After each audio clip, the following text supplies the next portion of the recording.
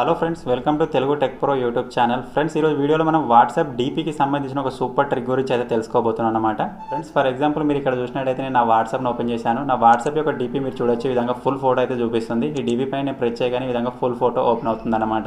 Friends, same ఇదే ఫోటోని మీరు మీ వాట్సాప్ యొక్క డీపీలా కనుక సెట్ చేసినట్టయితే ఆ ఫోటో మనకి ఈ విధంగా సెట్ అవుతుంది, కానీ ఆ విధంగా ఫుల్ ఫోటో అయితే సెట్ కాదనమాట. సో ఈరోజు నేను మీకు ఒక చిన్న ట్రిక్ చెప్తాను ఫ్రెండ్స్. ఆ ట్రిక్ ఉపయోగించి మీరు చాలా సులభంగా మీ ఫుల్ ఫోటోని వాట్సాప్ డీపీలాగా మీరు సెట్టింగ్ చేసుకోవచ్చు. ఆ ఫోటో నిలువుగా ఉన్నా సరే, లేకపోతే అడ్డంలో ఉన్నా సరే, ఏ విధంగా ఉన్నా సరే ఆ ఫోటో మొత్తం కనిపించేలా మీరు వాట్సాప్ డీపీని అయితే అప్డేట్ చేయొచ్చు అనమాట. అవును ఫ్రెండ్స్, మీరు కూడా ఈ విధంగా సెట్టింగ్ చేసుకోవాలి అనుకుంటే దీనికోసం మీరు ఒక చిన్న అప్లికేషన్ యూజ్ చేయాల్సి ఉంటుంది.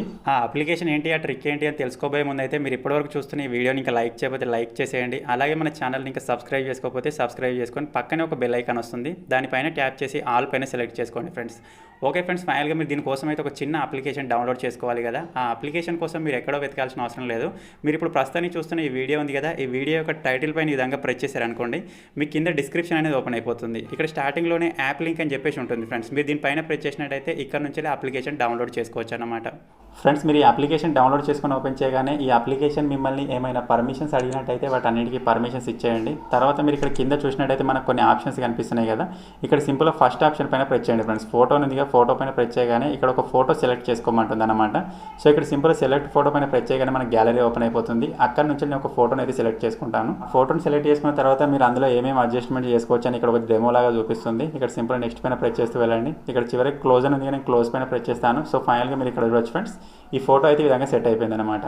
సో ఇప్పుడు సింపుల్గా మీరు ఏం చేయాలంటే ఇక్కడ చివరిగా మీకు సేవ్ అనే ఒక ఆప్షన్ కనిపిస్తుంది కదా, ఆ ఆప్షన్ పైన ప్రెస్ చేయండి. ప్రెస్ చేయగానే మీరు డైరెక్ట్గా సేవ్ ఫోటో పైన ప్రెస్ చేసి ఈ ఫోటోని ఇదే విధంగా సేవ్ చేసుకోవచ్చు.